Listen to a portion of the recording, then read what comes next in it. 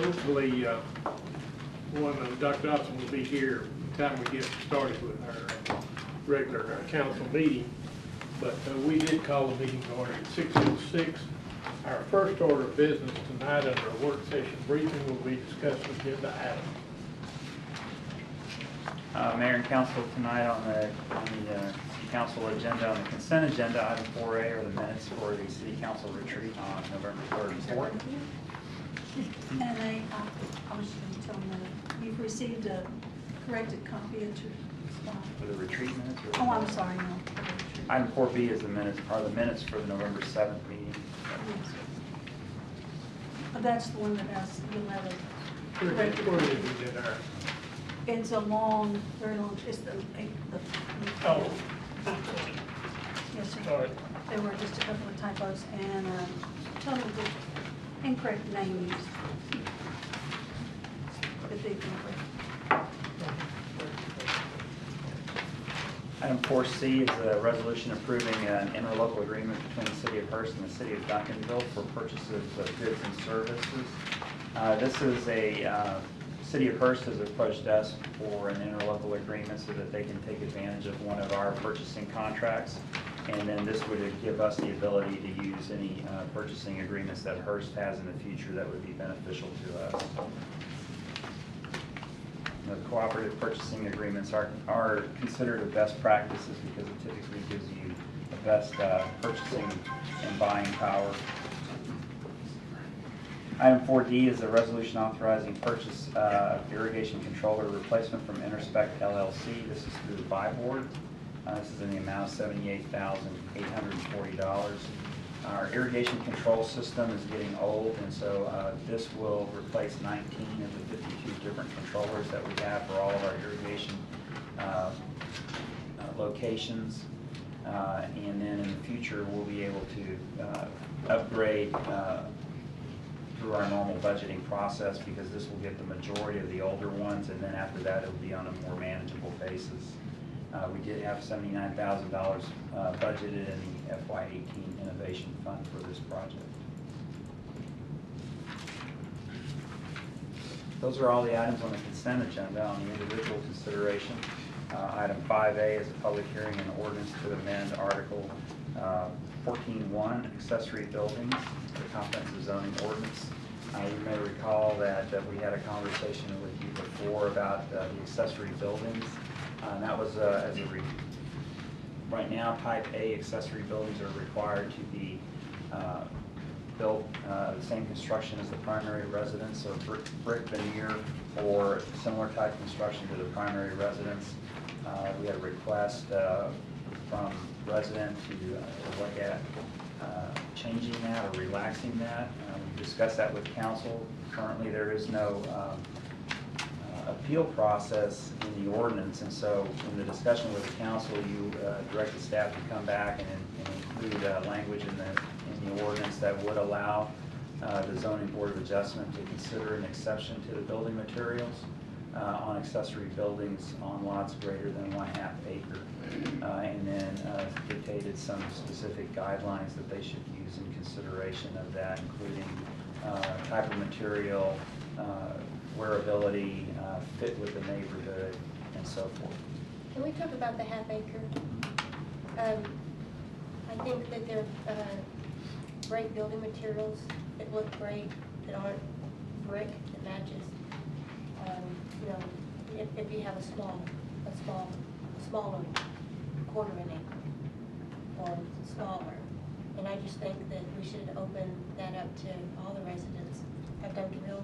We see it in Costco, where they mix the bricks and the metal, and it can be well done. And if the Board of Adjustments is going to be reviewing them, I think that they could hold that quality standard. And we talked about also a form that would have neighbors buy-in on that. Part of one of the guidelines. So I think that we should open that up to all the residents of Duncanville.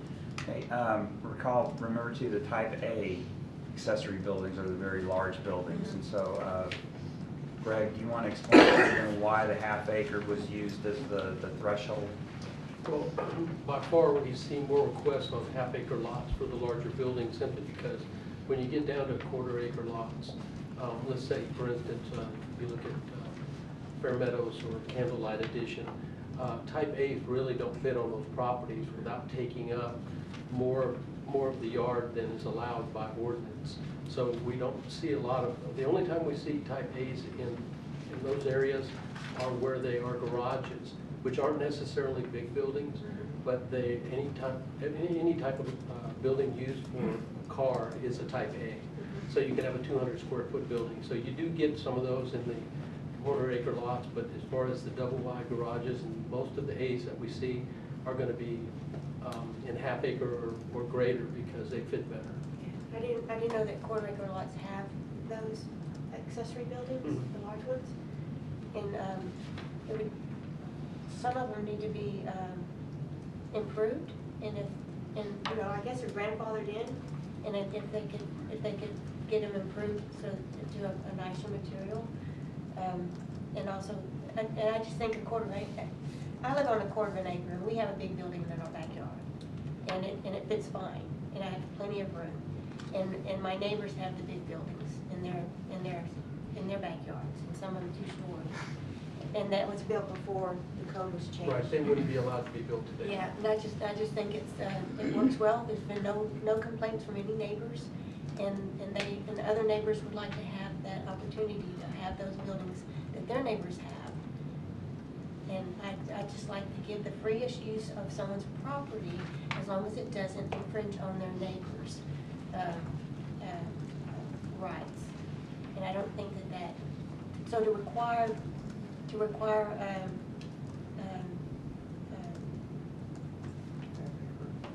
a half acre, I think that's a lot of land. In a quarter of an acre, you can still do a big, large garage. And a lot of these people have converted their garages into living space, and they would like to have that big 2-car, 1-car garage shop area. And this prohibits them. So anyway, I'd just like the council to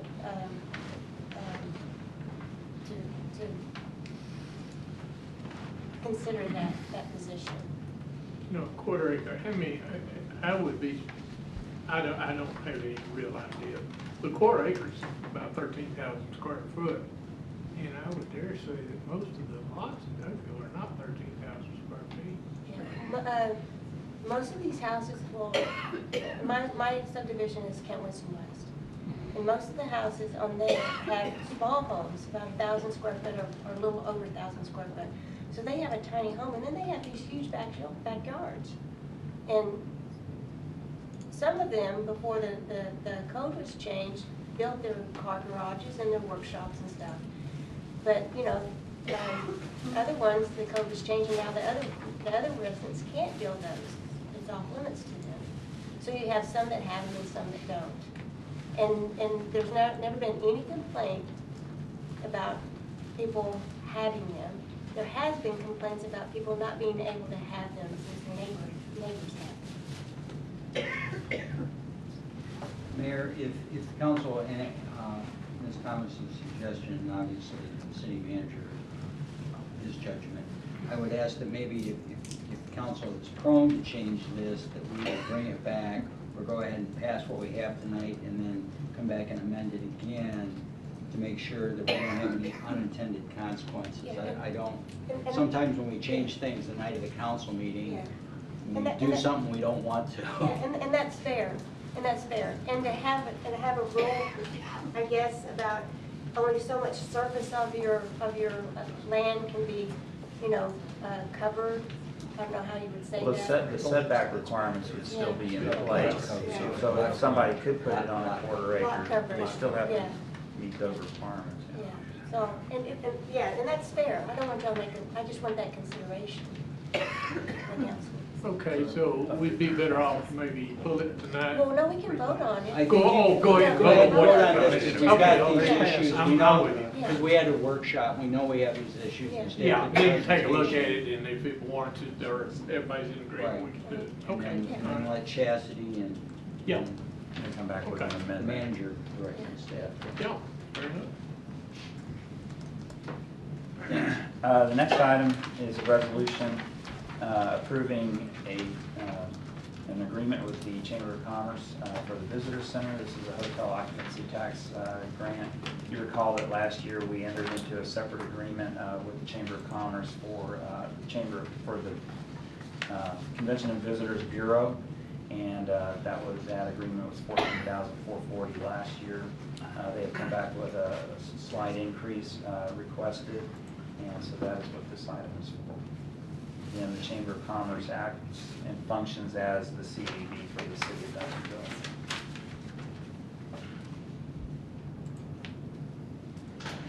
Duncanville. Item 5C is a request for a sign variance for the McDonald's located at 120 West Interstate 20 on North Duncanville Road. You may recall that next to that property there is a separate piece of property that has a large billboard already. And so for the McDonald's to have visibility to I-20, they are requesting that it be moved farther back and then a larger sign than what would normally be allowed. What's allowed is a 50-foot sign, and they are requesting an 80-foot sign. Square feet? 80 square feet to 50 square feet? Height. That Oh, is the height, Yes, okay. that is the For height of the sign. I think in your documents, the drawing that you have of the sign for McDonald's, so it shows a 70-foot height, but actually that was amended and corrected, and that is it's an 80-foot sign, and that was what was recommended by the sign control board. So the design of the sign is still yet to happen? I mean, because it looks like they presented this 70-foot sign, and That's a drawing that they first submitted, but when they realized that that billboard was 65 feet tall, they realized their sign would be hidden behind it from an eastbound. I've got that in the slide to show tonight. But that's why they needed the extra 10 feet to get it clearly Yeah. above that 65-foot billboard. Golden arches? Yes, sir. Okay. yeah, I'm okay with it. I just want to make sure that the engineering follows the drawing. Oh, yes. I'll talk to the owner about that.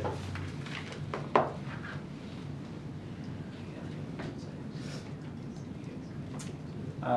Item 5D is consider adopting the park master plan. As you know, we've been working on that for the last 9 months or so. We gave a briefing to the city council with the consultant a couple of months ago on where we stood with that. And so this is bringing the park master plan to the council for approval. It has been recommended for adoption by the park board. And they will be here this evening, the consultants, to make that presentation.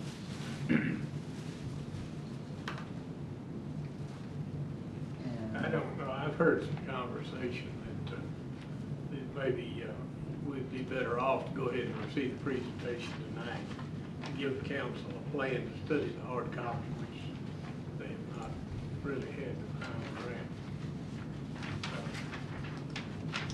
I don't know how y'all feel about that. I think there were some problems with the electronic copy that you got. Yeah, with the Yeah, cut out. yeah. You couldn't expand the map, so you couldn't see where the trail system. We have given you a hard copy at your place. Yeah. And then last item, 5E, is a resolution considering appointing members to a citizen bond advisory committee. As you discussed at your retreat about the idea of moving forward with a bond election next year, indicated that you would like to look at a May election, and so because of the timeline, that makes it very tight, so we immediately sent out invitations as you requested to some specific boards.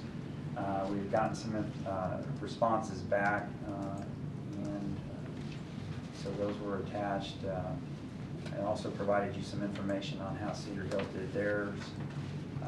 And so if this is something that you want to do at this point with looking at a May election, we would need to get moving pretty soon. But it would be a very tight timeline, as we discussed before. If you desire to wait until a November 2018 election date, and that gives us more time to solicit more volunteers for a a bond committee. You wouldn't really need to actually establish the committee until early spring, January, February, March of next year. You know, I'm kind of torn at this point whether we can get it done by May. That's fine. I think, number one, if we get the committee appointed and everything flows smoothly, we might be able to pull it off, but I think we end up with criticism that we're trying to rush the situation, not giving people enough time to have good input. And Yeah, I just think we're running out of time. Yeah, I think we all agree on that. Yeah. It sounded good when it was first presented to us, but I think after thinking about it, it's better to put it off for the second election. Well, we only got about nine people there. I've got one more to add, but there, we may get a lot more. 10 might. Yeah, We see the real at 35. yeah. I don't know how you manage that. Well, I don't either, but we're still a long way from 35. I know too, at least one of the people who had expressed an interest also had a concern with not being able to participate if it was during November, December, and that would be a problem too with having citizen meetings in the month of December. We probably wouldn't get much of a turnout. So if y'all want to table that item, and then what we can do is bring that back again after the first of the year. Yeah, More solicitation. and I would like to get just an indication of what you're thinking is here tonight for those people that are here. I certainly would favor November at this point. Yeah. Yeah, I'm me in too. favor of it. I just don't think we have time. Leslie, do you have a preference? Oh, no, yeah, I mean, I was all for doing it early, but haste makes waste. Well, the more you look at it, I just don't see how we'd be able to get everything done. I was thinking about that this week. Yeah, I would too. Okay, well, I think we'll give you an indication. But we can still do the COs for the necessary things. Well, the other good thing with this too, with waiting until November, was it would give us the opportunity to get our facility study done, and then you would have that information as well in considering the bond election, which I think gives you more of the picture then of what you can do within the capacity of the tax rate. Okay, so we will do that.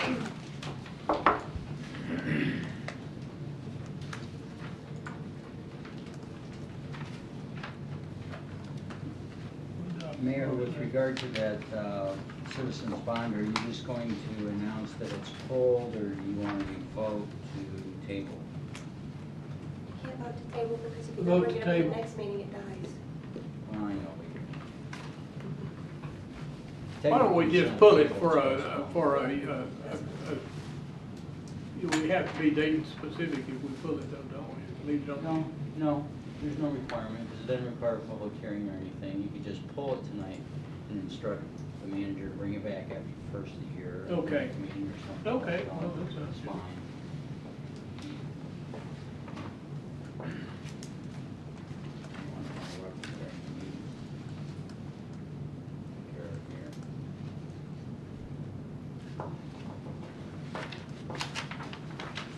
Okay. Let's go over our agenda item. Second item tonight is discuss the proposed revision to Article 3, Division 2, Code of Ethics for elected and appointed officials.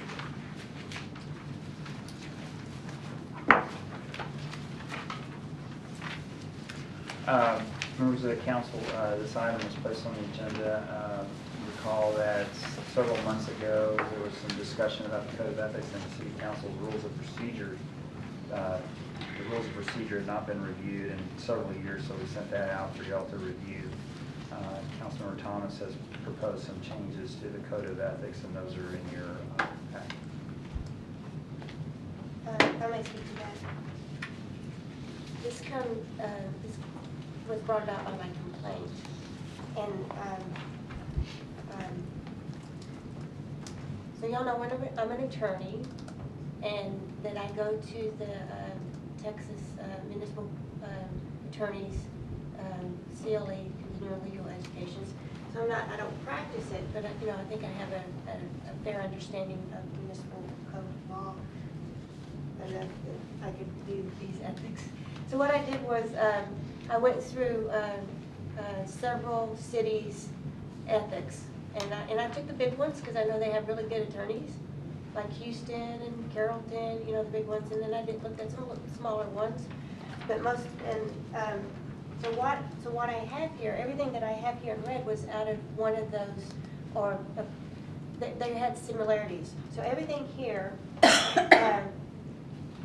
is from another city's code, or a combination of them, and they were all very similar in this, except for number I.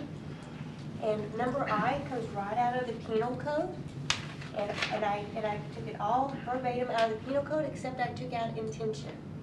And the reason I did that was because this is an ethics ordinance, and we're to be above reproach, and we should not have even the appearance of doing something that is illegal. So that's why I included the I, the abuse of official capacity.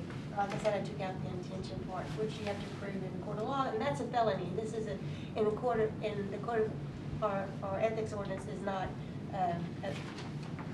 it's not a felony. If you break it, it's not a felony. So you don't have to prove intention.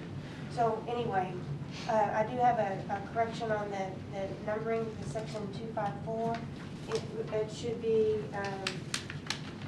that first one should be 254B and then 4. But what's missing is no council member shall in front of except. And I should have, I don't know why, I don't know what I was thinking. My dad's in the hospital, I wasn't thinking right. So anyway, that's just implied, that no council member shall, that's just implied to all of these. So it's just implied on every one of these items. So that's just a technicality. And I understand that the 3 council members aren't here, and it's the whole council's ethics. And if y'all want to postpone this discussion until the whole council has some input on it, I'm fine with that too.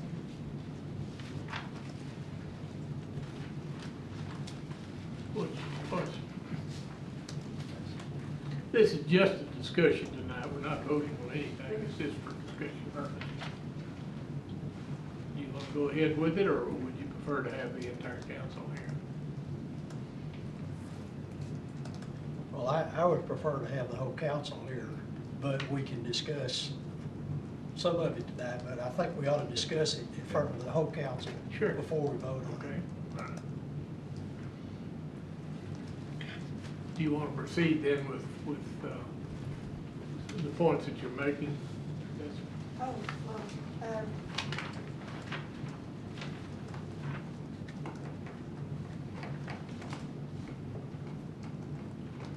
without, this came out of an executive session, so without divulging what was said in the executive session, my complaint is not privileged. So I can tell you what was in my complaint. My complaint was that a council member contacted a professional service provider of the council, of the city, and asked them for some information on their political opponent. And now this information is arguably open to public record, and so so it wouldn't violate the penal code, but because it's already open. But to have someone, I don't know, it shocked my conscience when I found out. The council member told me herself that what she did, and it just shocked my I mean, I just would never have thought that I could pick up the phone and call someone who the city is paying to get information about a political opponent. And I just thought that was, that's not fair. That's not plain fair. And so, so anyway, I went back and looked through I think that implies that it's illegal. I mean, not illegal, against our ethics, but it's not explicit. And I wanted it to be explicit, that, you know, that we as a council, in transparency and with the citizens who trust us that we will be implicit, no, we're on a level playing field with everyone in the city. When I run for reelection, I have the same amount and the same status as my opponent does as far as information goes, and as far as gathering ability goes, and as far as access goes.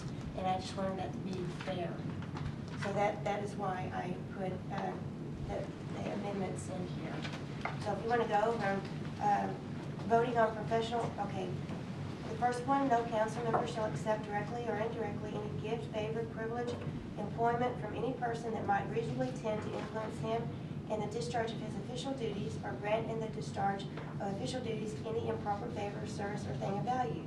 That's already there. And then to make it explicit, I said, voting on professional, employment, and purchasing contract is included, but not limited to being deemed the discharge of official duties.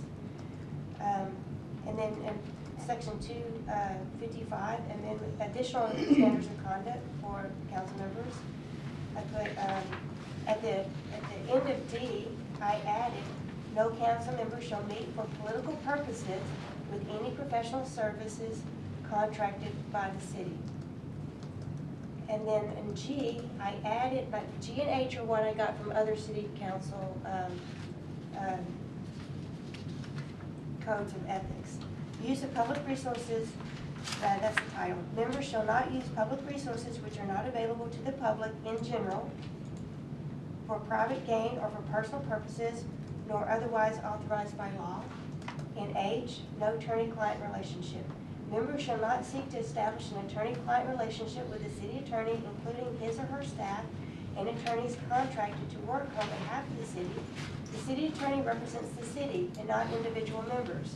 Members who consult with the city, that's council members, members who consult with the city attorney outside of the executive session may not, it's a may, it's not a shall, may not have the expectation that the attorney-client relationship with the attorney has been established. And then the abuse of official capacity, I explained from the penal code, and I just took out the intent out of that.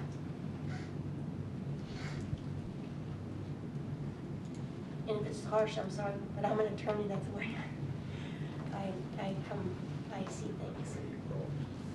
So you want to just add G, H, and I, well, along with A, B, C through F, right? So you're just adding those in 255. And I did submit them to the city attorney, and I think he... I do have one question about the attorney-client relationship. I want to make sure that if, for example, you guys are witnesses for some reason, although you never should be, or I have to meet because you have some special knowledge, that there would be an expectation of attorney-client relationship. So I might suggest adding the word unless permission is given by the council. Sure. So, But you're still going to discuss it. yeah, it says may, and so and the reason why I put may in there is because as our attorney, that's what you would do, but you're just making that explicit. I want to make it explicit so that I'm not the one to decide, you're the one that decides because you're the client. Hey, anything else?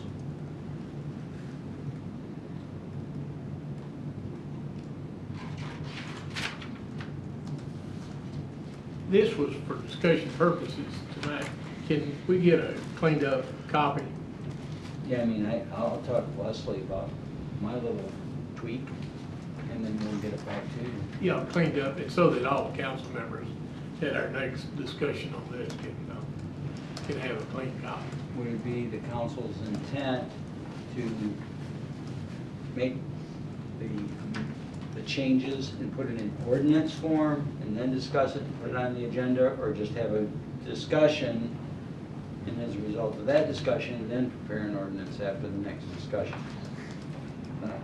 I'm just trying to figure out what you want me to do. Yeah, because of 3 people not here, I'd like to have a discussion. Yeah. And as a result of that discussion, Right, then and either put- prepare or not right, prepare an right. ordinance. In other words, we'll take the cleaned up copy So I'll take what we have for tonight. our next scheduled meeting when everybody's So, here. so the December 5th meeting, we will place it on the briefing session again as a discussion item. Right. With the changed version.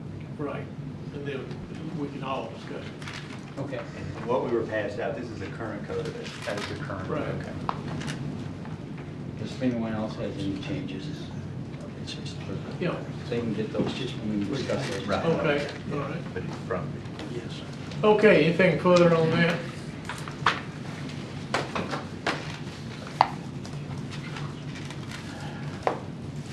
Okay, item number 1, we're going into the executive session. There's one item.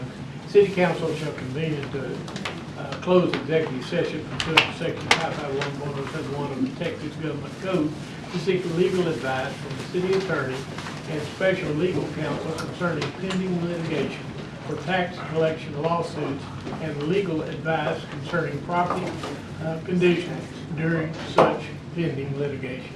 So it is now 6:37, and we will close our briefing session, work session, and open the executive session. Yes, please, I've been sitting there, I've been sitting there. Get your cookie. Sure.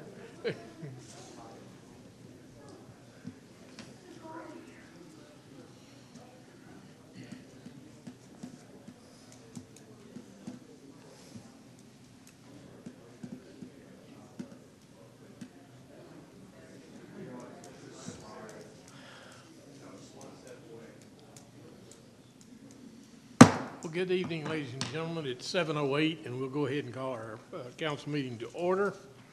The first order of business tonight will be our invocation by Pastor Frank Elaguerra from the First Methodist Church of Dallas. Is it no longer united? Yes, still is united, Mayor. So let's bow our heads if we may. Let's please stand. Almighty God, always we give you thanks for another day of life. We thank you, Lord, because this is a season of thanksgiving and thanks living. And in fact, just a few days away, many of us will be sitting around a table with friends and family. Many, Lord, will be in other places, maybe traveling, or whatever the case may be. But Lord, as we've gathered here as a city, as leaders, as individuals who care about what is happening within the bounds of these city and these walls even tonight, we ask your guidance, your wisdom to prevail. So Lord, bless us that we may be blessings, and give us strength, Lord, that we will be strong. And at the end, with whatever decisions are made this evening and whatever discussions, will be a part of the great plan you have for this city, Duncanville, and through all its leaders and through all its citizens. Thank you, Lord, for the privilege to serve, and we give you thanks in your blessed and holy name. Amen. Amen. Will you join me in the Pledge of Allegiance to our flag?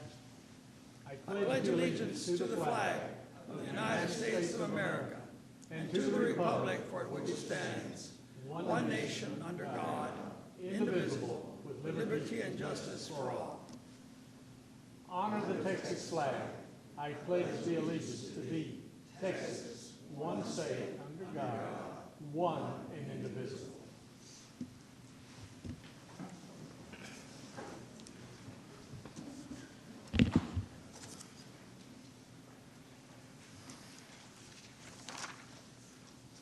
Council member reports.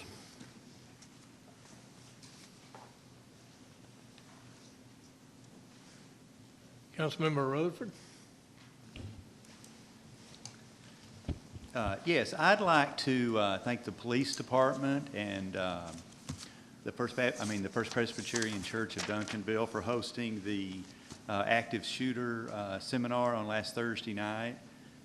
Chief Brown and Officer Sisk and then Officer Williams, who did the bulk of the presentation. It was a very good presentation, and I appreciate them putting that on. I think the people that were there, we all learned a lot of things about what you should and what you shouldn't do in an active shooter situation. So thank you very much. Anyone else? Thank you very much. City Manager's report. I have none, Mayor. Okay. We'll go right into our proclamations and presentations. And the first presentation or proclamation we have tonight is a proclamation recognizing November 2017 as Native American Heritage Month. And I have several recipients here tonight. So I would ask that Angela Young, Peggy Larney, Kendra Taylor, Christina Cox, Brian Larney, and Mary Faye Cam come up to the rostrum.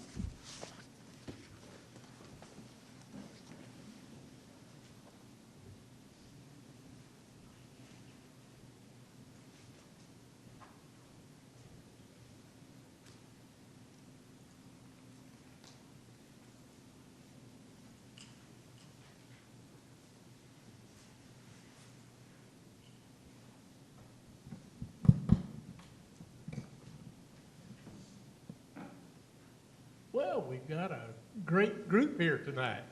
Want to appreciate you being here, and I prepared a proclamation. I guess I can be up here. I'm part Native American. So. And the proclamation reads, who's going to accept this? Which one's going to step forward? We respect our elders. Okay. The proclamation reads, whereas as of on August the 3rd, 1990, President George Herbert Walker Bush declared the month of November as National American Indian Heritage Month, thereafter commonly referred to as Native American Heritage Month. And whereas the President authorized federal, state, and local governments, groups and organizations, and the people of the United States to observe such month with appropriate programs, ceremonies, and activities. And whereas this commemorative month aims to provide a platform for Native American people in the United States to share their culture, tradition, music, crafts, dance, and ways and concepts of life. And whereas this gives Native American people the opportunity to express to their community and to the city, county, and state officials their concerns and solutions for building bridges of understanding and friendship in the local area.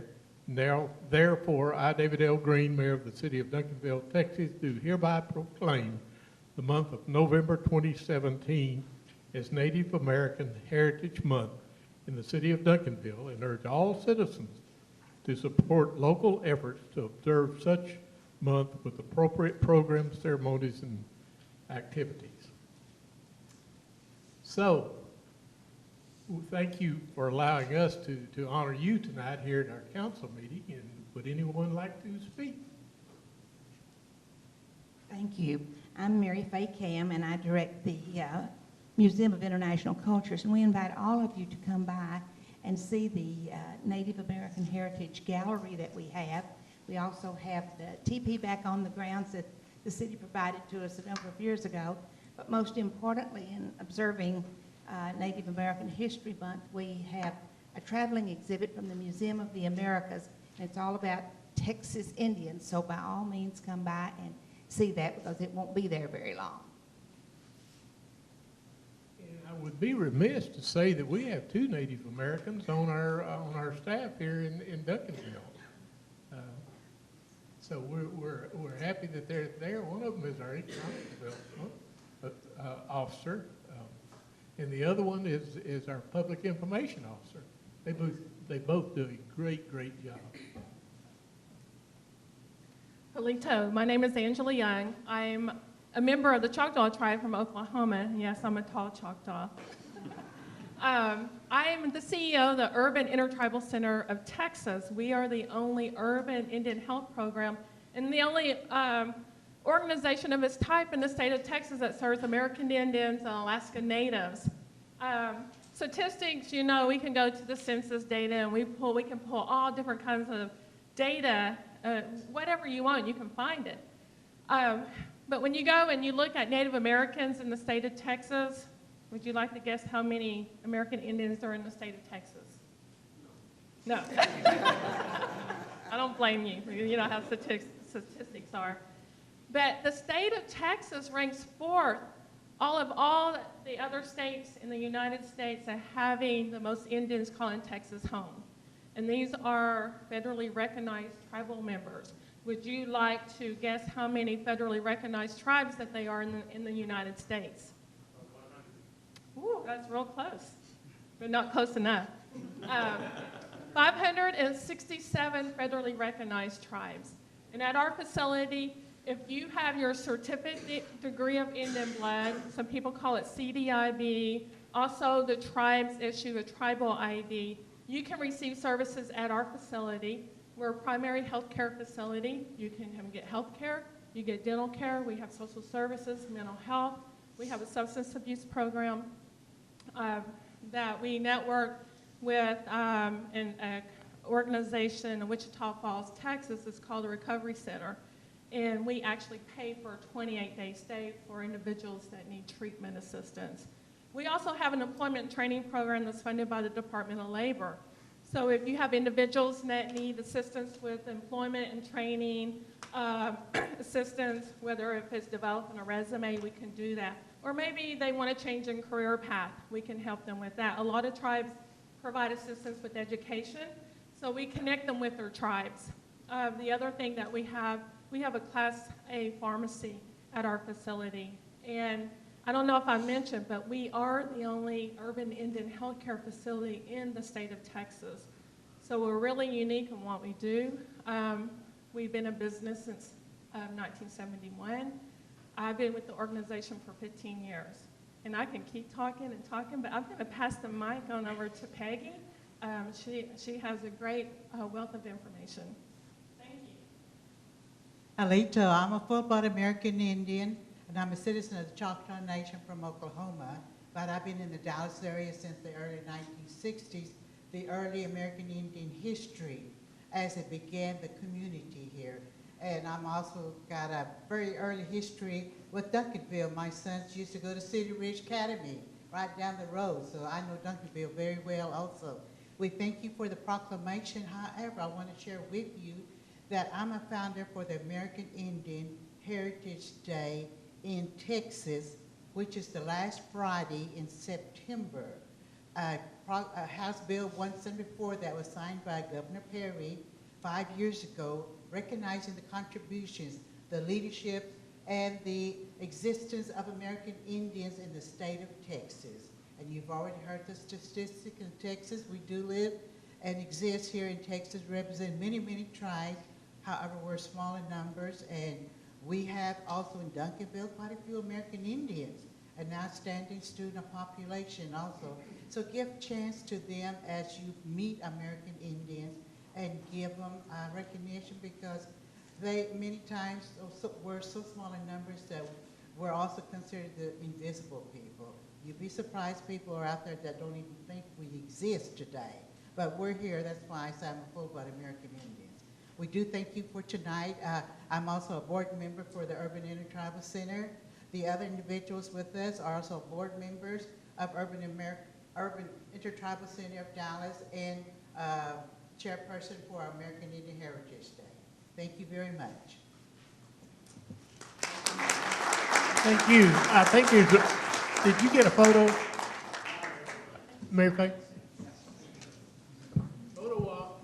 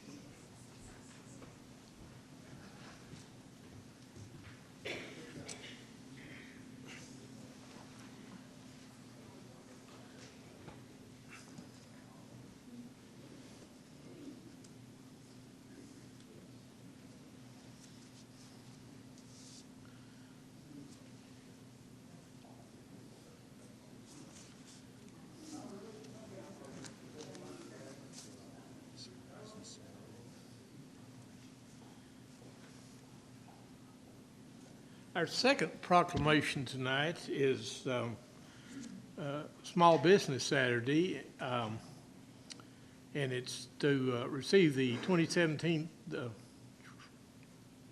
proclamation designating November the 25th, 2017 as Small Business Saturday, and Councilman Rutherford will present that one.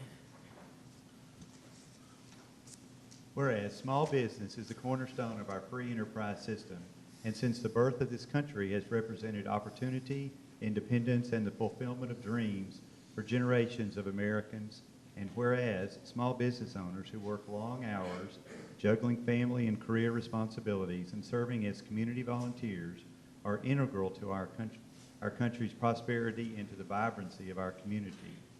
These entrepreneurs are fundamental to our economy.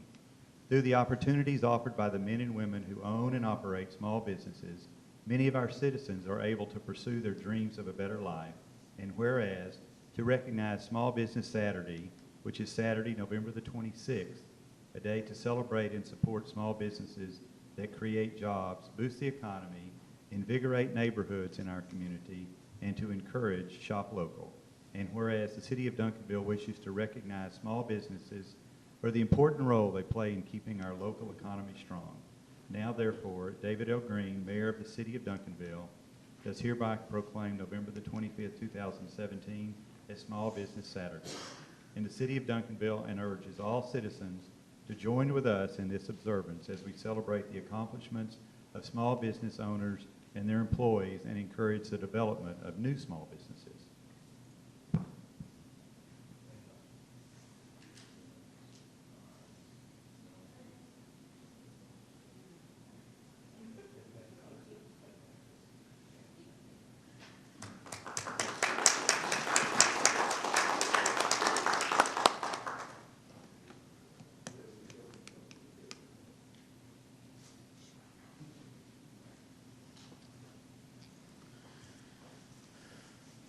Item number 2C is to receive the 2017 Delinquent Tax Performance Report from Linebarger, Gogan, Blair, and Simpson, LLP, I'm sorry.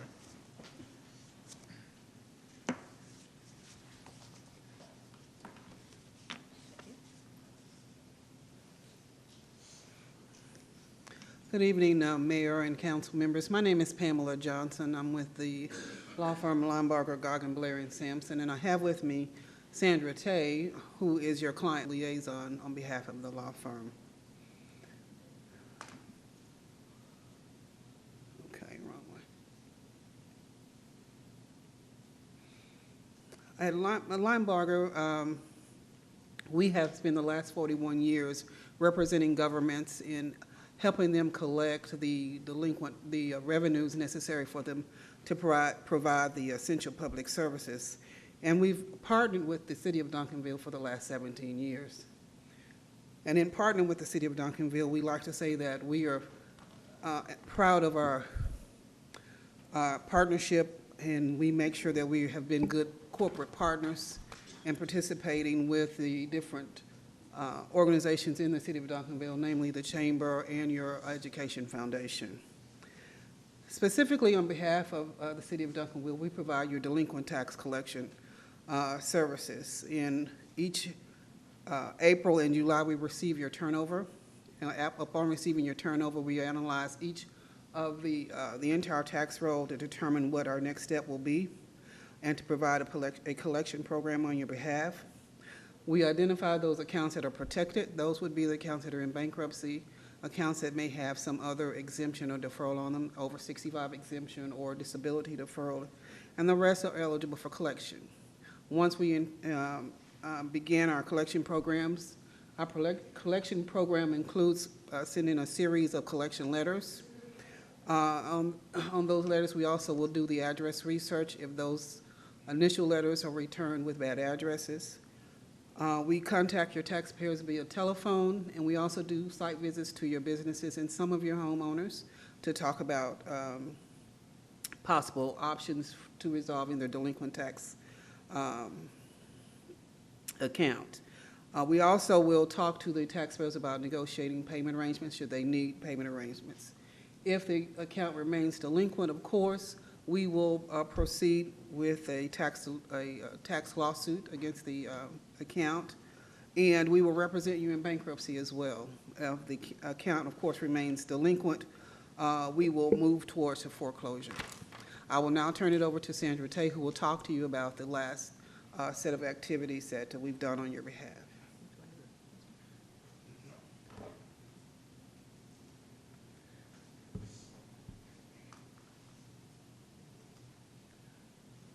Oops, sorry.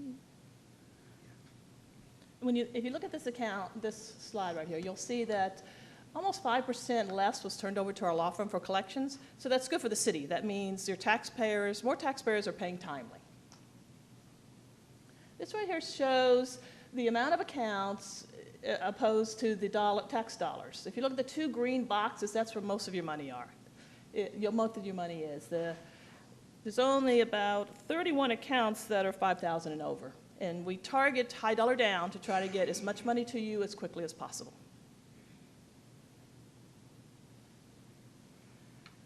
Okay, so since July of last year till September this year, we collected almost $527,000, just right a little under that. And we send out collection notices. I go out and personally visit with your business owners and property owners to try to convince them that it's time to pay their taxes, help them with payment arrangements, answer any questions they have, like a courtesy call to avoid having to file a lawsuit. And then if they don't pay their taxes, then we always have to go ahead and file a lawsuit.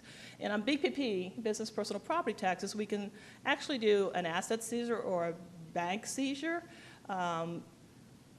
We can attempt that if the assets are there, if the bank account information is available, and then if that's not effective, then we can file a lawsuit on them as well. And then on the real property accounts, if all else fails, then we set it for the sheriff's sale. And a lot of times people know that that's their last chance to pay their taxes, and sometimes they come the day or two before and pay their taxes. So, and here are our contact people within our firm. So, of course, this is a cost-free program to the city. The delinquent taxpayer boards the cost of the collection program because there's a legal add-on fee that attaches to the account if it remains delinquent. And are there any questions at this time? Council, questions? Thank you very much. Thank you very much. Item number 3 is our citizens' input period, and at this time, 2-minute comments will be taken from the audience on any topic. To address the council, please submit a fully completed request card to the city secretary prior to the beginning of the citizens' input portion of the council meeting in accordance with Texas Open Meetings Act. The city council cannot discuss issues raised or make any decisions at this time. Issues may be referred to the city staff for research and possible future action.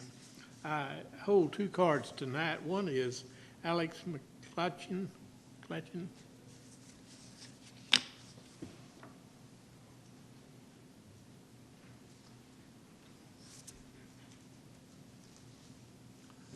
My name is Alex McLachlan. My address is 310 South Alexander Avenue, and I have the privilege tonight of appearing before the council as the chair of the park board to commend to the council the item that will come later in the agenda on the park master plan. I had the privilege, along with 2 other members of the park board, Leo Bell and Reginald Hurd, of serving on the steering committee along with the senior park staff and our consultants. We took a long and hard look at what we have in Duncanville, and what we have in Duncanville is something we can and are very proud of. Our consultants worked with Fries Nickel, who were doing the overall city plan, so the 2 melded together. We listened to citizens, we heard what they had to say, and these recommendations are in the report that will be presented later. We're looking at extending the hiking, biking, and walking trails, which our citizens are very anxious about. We want to provide more benches, seating, and shade in our parks. We want to extend our nature trails, build some more shaded playgrounds, update the senior centre. There's a lot more we do. One or two interesting and innovative things here. We would like to contemplate a playground splash pad and also a dog park. I do tell the City Council that the Park Board voted unanimously to receive the recommendations of Dunaway. I commend their plan and I urge the City Council to adopt it when it is presented. Thank you, Mr. Mayor. Thank you, sir. Dario Cassetto.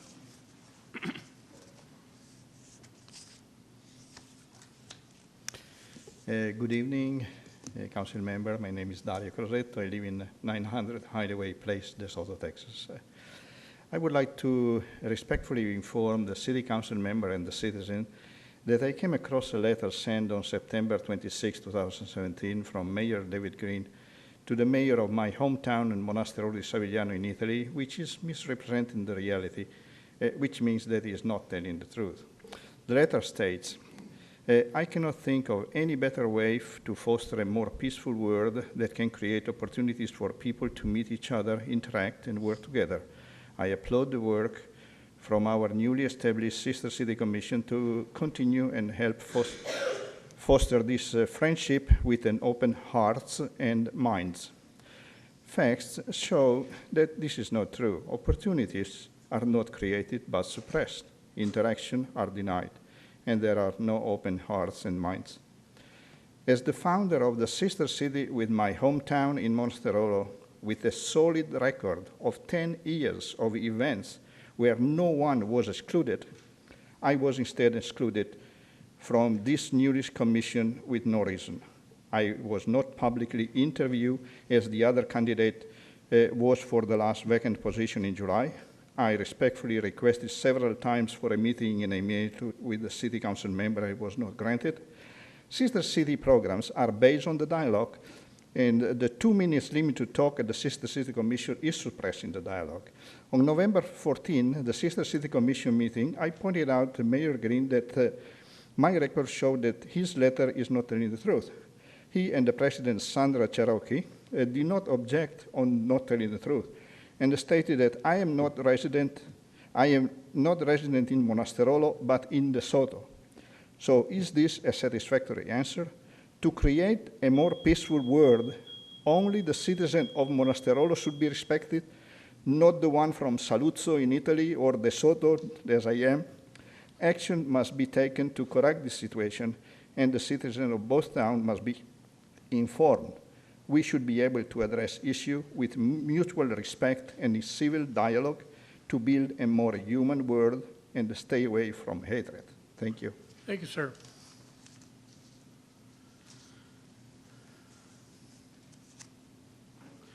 Item number 4 are consent items, and there are items number A through D tonight, and I will ask the city secretary, if she will, please read the captions.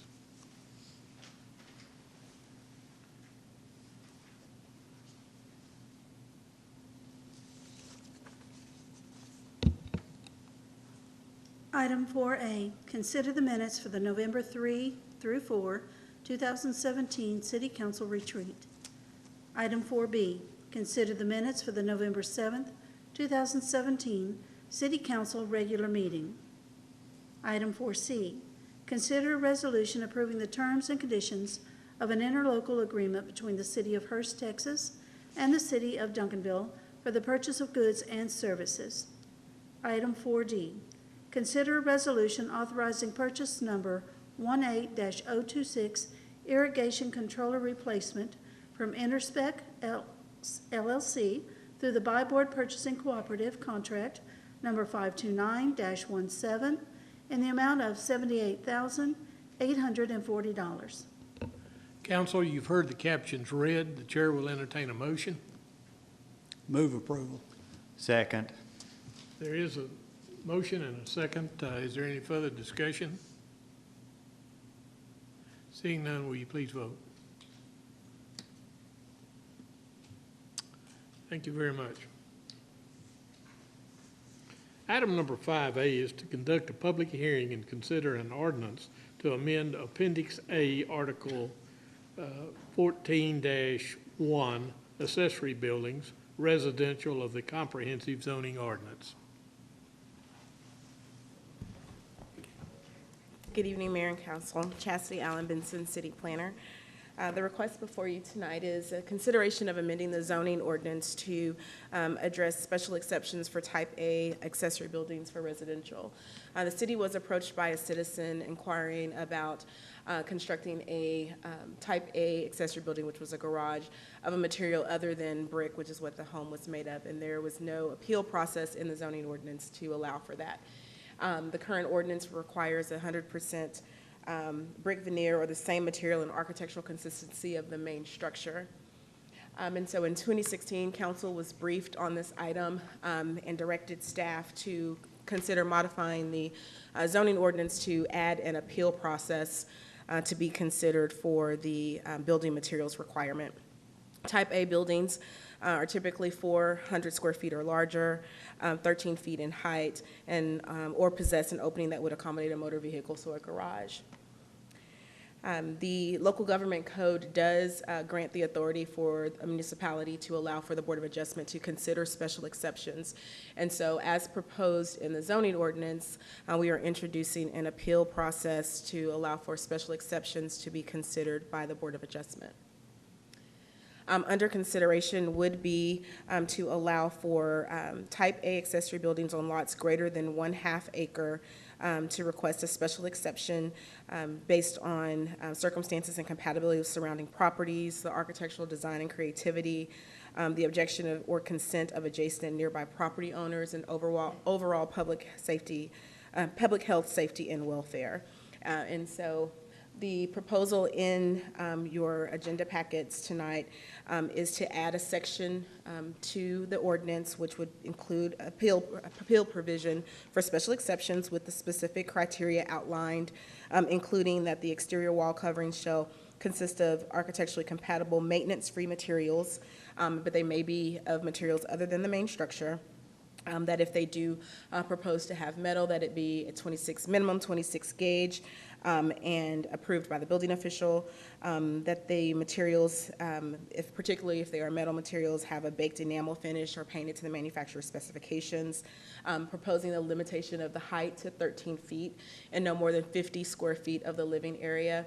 Typically, Type A accessory buildings can be up to 75% of the square footage of the living space, but with the special exception of creating it with a non-masonry material, we thought limiting the square footage to 50% would be more appropriate. Additionally, they would have to meet all of the other provisions of a Type A accessory building, including being constructed on an approved concrete foundation, meeting the required setbacks.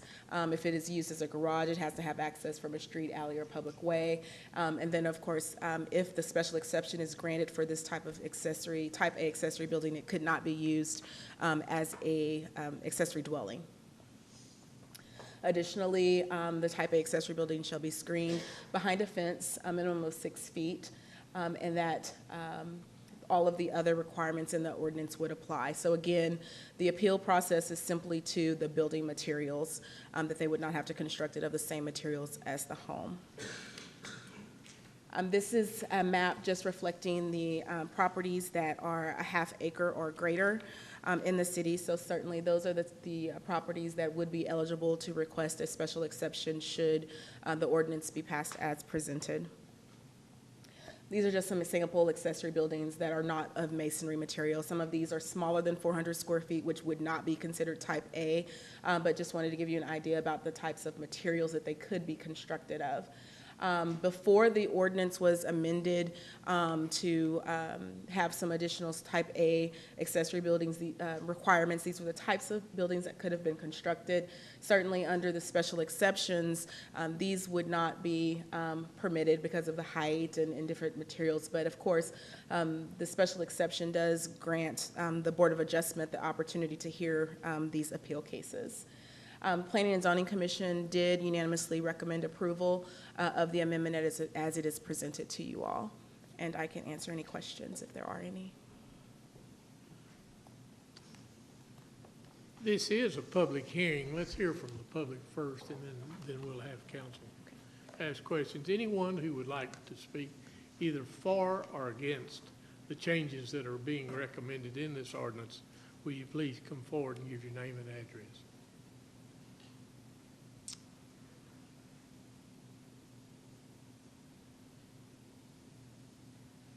Seeing none, the chair will entertain a motion to close the public hearing. Move we close the public hearing. There's a motion and a second to close the public hearing. Will you please vote? Okay, thank you very much. Okay, council, do you have questions? Just a quick clarification. Chastity, I might have missed it during your presentation, but if a type A is used or has a garage door, so you could have a vehicle in it, and I know it's got to have access to a public way, public street or public way. Is there a requirement that it be paved to the garage door? I believe the ordinance states, let me pull up the ordinance.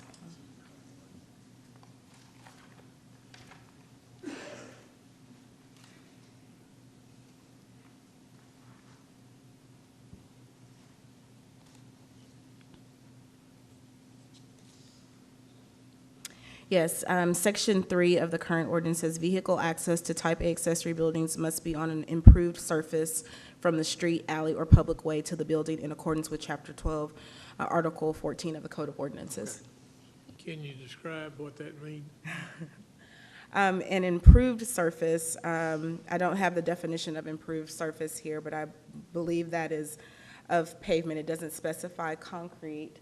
There may be some instances, I think, in the residential section that allows for it to be not concrete if the street's not concrete. And Greg, you can correct me if I'm wrong on that. So there may be instances where it may not be if it meets those other provisions of the ordinance. Okay, thank you. Further questions? Chair will entertain a motion.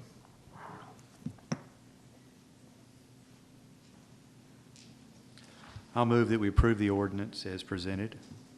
Second. Motion and a second. Any further discussion? Seeing none, will you please vote?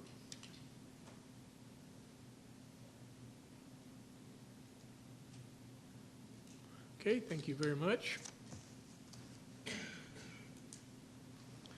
Item number 5B is to consider a resolution of the City Council of the City of Duncanville, Texas, approving a 12-month agreement between the City of Duncanville and the Duncanville Chamber of Commerce awarding a hotel occupancy tax grant to the Duncanville Chamber of Commerce located at 300 East Wheatland Road in the amount of $16,908 for fiscal year 17-18 to serve as the official Duncanville Visitor Center.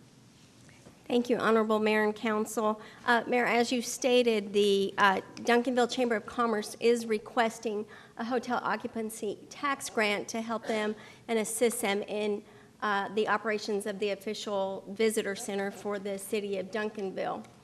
In FY 16-17, the city of Duncanville did pay the Chamber of Commerce $14,400. And I do want to make note that that was $40 difference in what was noted on the agenda item. That was a typo. I apologize for that. During the year, the Chamber of Commerce assisted numerous visitors on the phone. While they were serving as the visitor center, they assisted 167 walk-in visitors and provided 232 visitor packets. And those visitor packets have information about the hotels, about the community, and different restaurants in the area.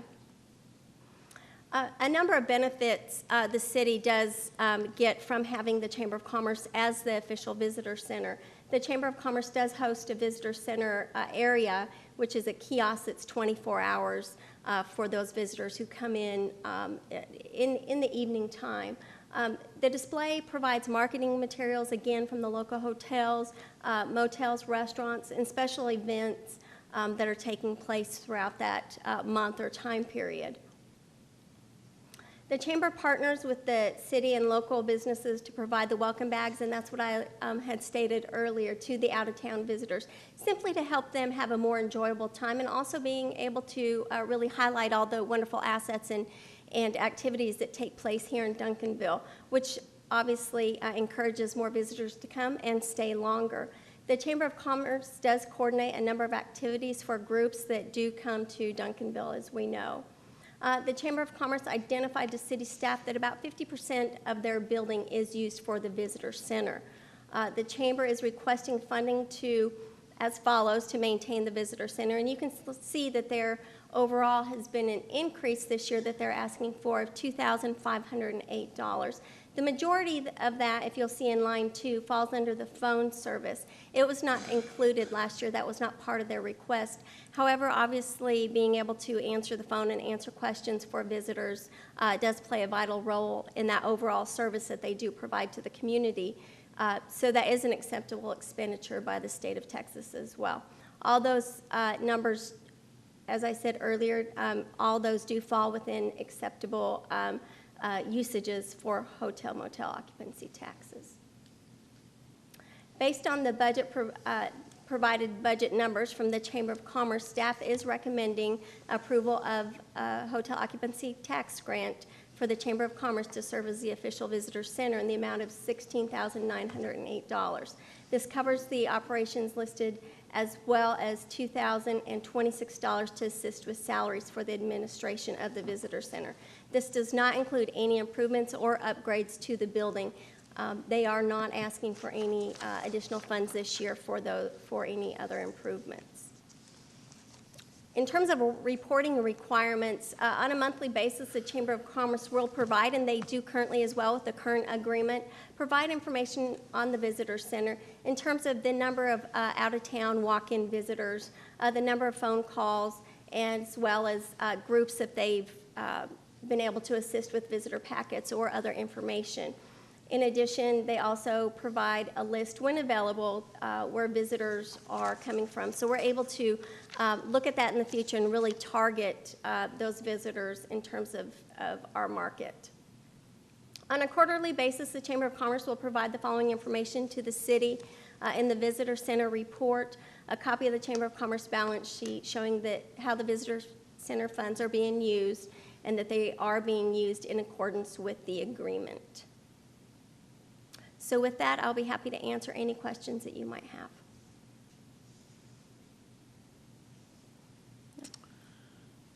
Seeing no questions, the chair will entertain a motion. Motion to approve. Second. There's a motion and a second on the floor. Is there any further discussion? Seeing none, will you please vote? Thank you. Item number 5C is to consider a resolution to accept and approve the Duncanville Sign Control Board grant of a 30-foot height variance and a 10-foot setback variance from the adjacent non-residential property for the construction and placement of a highway sign to be located at 120 West Interstate 20, Duncanville, Texas, and such sign shall be constructed, located, and maintained to the dimensions as depicted in Exhibit A and B, which are attached hereto and incorporated herein. Thank you, Mayor. On October 26th, the Sign Control Board met to hear the variance request from Jerry D. Smith. He's the owner of the new McDonald's being constructed on I-20, right at Duncanville Road and I-20. The request is for an 80-foot tall sign, which is 30 feet taller than what's allowed right now by ordinance, which is 50 feet. In addition to that, there's a second request to allow 20-foot setbacks instead of the 30-foot setbacks because of the narrow piece of property that the sign's to be positioned on. That 30-foot setback would really make it difficult to fit that sign in there. and meet the setback requirements, both the front and the side. So that's the reason for those second requests. One of the reasons, again, for this request on the height is because of the placement of a billboard that is on a separate piece of property within about 200 feet of the proposed location of this sign. And that sign, that billboard sign is unusually tall. I was able to get a hold of the sign company. It's 65 feet tall, and that's unusual. Usually the billboards in town are 50 foot tall.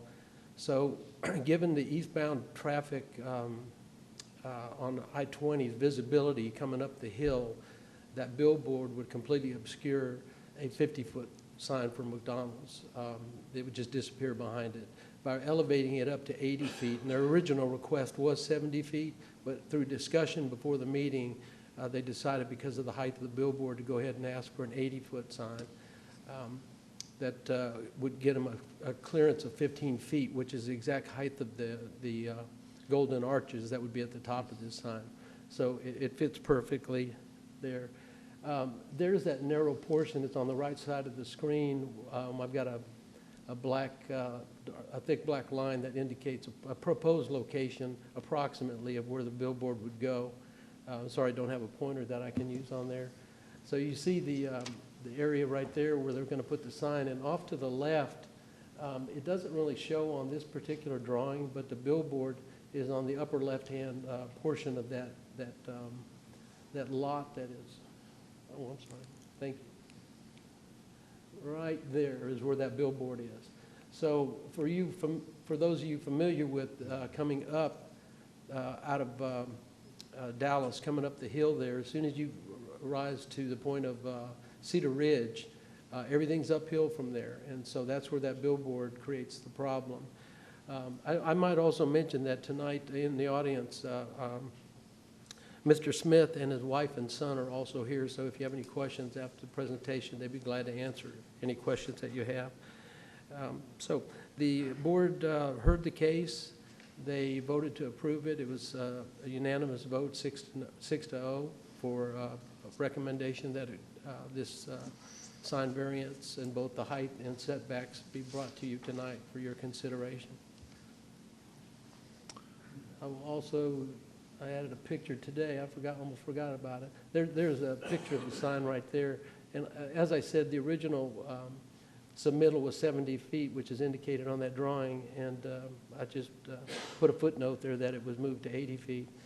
And there's kind of a rough artist rendering of the sign as it would appear over the billboard that's there at that location. So with that, if you have any questions, I'd be glad to answer.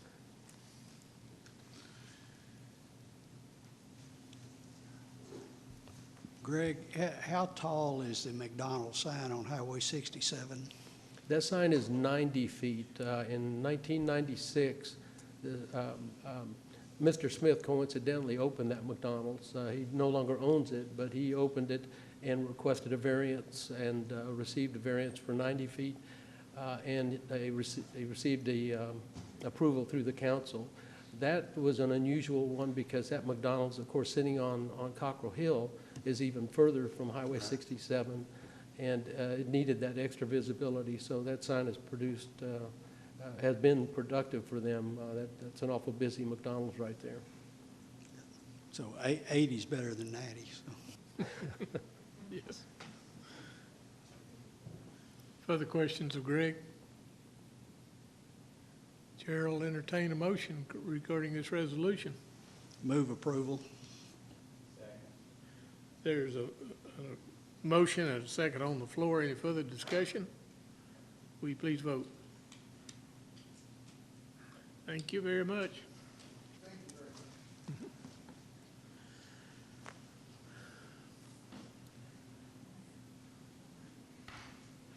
Item number D is to consider a resolution adopting the park master plan. Thank you, Mayor. Bart Stevenson, Director of Parks and Recreation. Before I bring up our consultant, I do want to take the opportunity to show appreciation to the citizens of Duncanville, our city council, our park board, for all their support through the master plan process for the last 9 to 10 months. Also want to give special thanks to our steering committee, Sandy McLaughlin, Leo Bell, and Reginald Hurd. They did yeoman's work in that time, and I think have come up with a fantastic plan for Duncanville for the next 5 to 10 years. Before we bring up Philip from Dunaway, I do want to note that there's a few corrections we will need to make to the final document before the final document is released to the public, and that is there's some minor typos throughout the document that we have found. In the demographics section, there are 2 sources that have been used by the 2 consultants, Freeze, Nichols, and Dunaway. We want to make that one source, so we will be mirroring the source that's used in the comprehensive plan for this plan as well, so all the numbers match. And then lastly, there's a legend issue with one of the maps that we'll correct as well. So we'll get those things cleaned up for the final document. So with that, I'll bring up Philip Neely with Dunaway & Associates.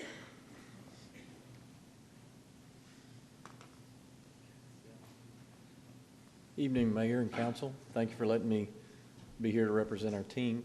And Bart had said at the beginning of the year he'd like to finish it this year. It's unusual to finish a park master plan that quickly, but it happened, and it's solid and it's good. And I want to thank Bart and Timothy and Pam and Sandy and the group. Just great support, good interaction. It's important to be able to share ideas along the way. So let me hit some high spots of what our team went through. On phase 1, just, you know, when you come into studying an entire park system, you're trying to understand what do you offer today and what are the range of activities, what are the trends that may be going to affect you. So we looked at your base system, we looked at even some of the other providers such as the school district, population and demographics. Bart's right, we can reconcile some of the details of that with the comp plan.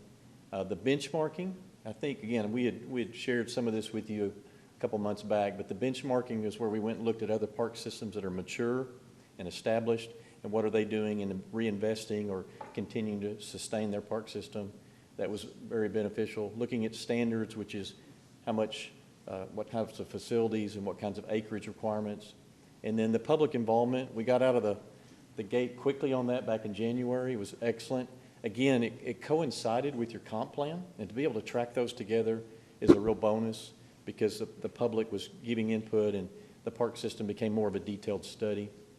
In phase 2, we took the feedback from the needs assessment or the citizen survey and the feedback from the public meetings and begin to build the priorities, and that began to build the action plan. Sometimes you could even call that the beginnings of a CIP plan, where you're seeing what the needs are and you're looking at fiscal year and how those could happen. Worked on implementation plan, which is funding sources, et cetera, and then begin to summarize it into the document that you have in front of you. Bart's right, we'll do some final editing and cleanup and make sure everything's really, really tight. Of course, eventually you'll pass a resolution and that'll go, you'll submit this plan to the state, and meaning the State Parks and Wildlife Department, and that'll give you an opportunity in the future for potential grants, and that could be a real key success or an outcome. Let me hit on just the top priorities that came out of citizen involvement and input, as well as staff, our committee, and our Dunaway team. The top items: trails, benches, spray ground and spray pad, nature trails using some of your natural corridors, picnic shelters and pavilions, shaded playgrounds, updates to the senior center, outdoor basketball, and a dog park. Just touching on those, it's a nice range. Trails are typically very high on all communities. Your community, no exception. You've got a lot of opportunities in current parks just to extend trails and make more loops, so people who do a lot of regular walking and an exercise type program, they can use that, but using shorter connections as well as some of the longer connections. Some of the parks don't have much in terms of trails. Benches and seating, again, it's a pretty low cost item, but there's a lot of benefit from expanding the potential to be in shaded areas or viewing areas. Spray grounds are very trendy. They're awesome in terms of the use. They're not as expensive as the old lap pools, but anyway, spray pads and spray grounds are wonderful resources. They're very popular, not just in the southern part of the country, but all over. So that'll be those will be some fun amenities in the future. Nature trails or greenways, these could be soft trails And so you have some of those opportunities. One of the recommendations, I think it's on about 57, 58, somewhere in there, we wrote some narrative about perhaps having an additional study done in the coming future for a trail, a detailed trail study to look at potential linkages and areas where there could be drainage corridors or even right-of-way areas for expanding your trail network. But that's some narrative that was also in the document. Picnic shelters and pavilions, the 5th highest ranked need. And these can vary in scale and can be very small. They can be catalog items that you enhance, but they're very popular. They're rentals, and you can really brand a park system just through your shelters and your pavilions. Shaded playgrounds, several of the recommendations that are in the action plan are simply adding shade to current play spaces. That has definitely been the trend, to add and have more shade protection for play environments. Sometimes you can use natural shade because you have big mature trees in some of your parks. And even if you do newer playgrounds, you can take advantage of that. Continuing to invest and take care of the senior center. You have a wonderful resource, and it'll just continue to serve your community. Basketball is pretty high need here. But when we would benchmark, we would see other communities with smaller and mid-sized basketball courts, and the committee, the group enjoyed seeing the range of basketball offerings. It's such a kind of a low cost but a very high use outdoor sport. And then lastly, dog parks. And for you, that would be a nice new amenity. Of course, dog parks are as much about the people getting to know each other as the dogs getting to know each other. But they're trendy. They're here to stay, and there are a lot of variety in how a dog park is done, from multiple pens and areas. But again, that was expressed as a need. So tonight, again, just a quick briefing, but eventually with your approval, you'll pass the resolution and you'll be able to submit that, Bart can, to Texas Parks and Wildlife, and I think it lays some groundwork for future funding. Anyway, thanks again for letting us work with you and your community on the plan. Okay, questions, council?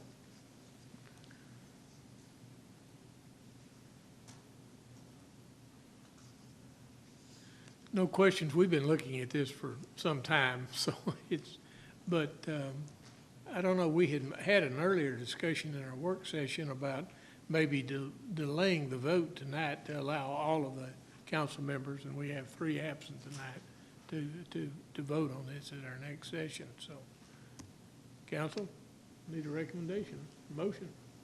Yeah, I just recommend that we delay it. We just got a hard copy today on this. Right. And a lot of us couldn't read the electronic copy that we had. Right, of the final plan, okay. So that is the motion that you're making? Yes. Okay, you're making a motion to delay until when, our next council meeting? Yes, just Okay, proper, or table it or whatever to the next council meeting.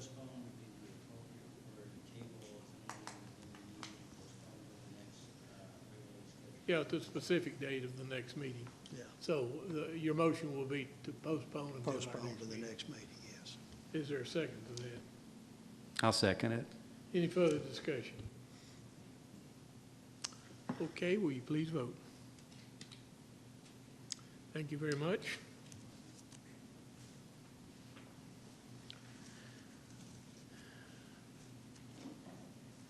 Item number E is to consider a resolution appointing members to the Citizens Bond Advisory Committee, and this would be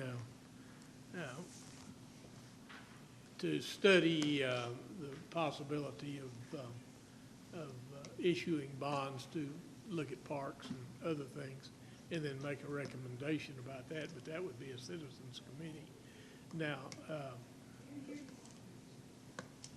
that would be up to the citizens to make the, once we appoint a committee, to work on that committee and bring recommendations to us. So, but since we're delaying this a bit, we also looked at, there are 2 possible dates we could have the election.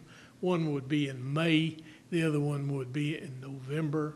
And we originally were leaning toward May, but we feel that possibly would be rushing it too much, wouldn't give the committee time to operate as they should operate, and it would not give citizens time to give input through public meetings, things like that. So now we're leaning more toward the November. We will make that decision, but at this time, we have gathered a group of names that have been submitted for possible membership on that committee, but time is not quite of the essence if we're going to move the election back to November. So at this time, we're going to pull the item and recommend that we bring it back after the first of the year to name the committee. So, Chair will entertain a motion regarding that.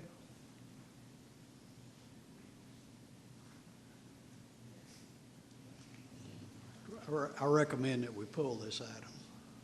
And bring it back to after the first of the year. Yes. Okay. Second. There's a motion and a second. All in favor, will you please vote? Okay, thank you.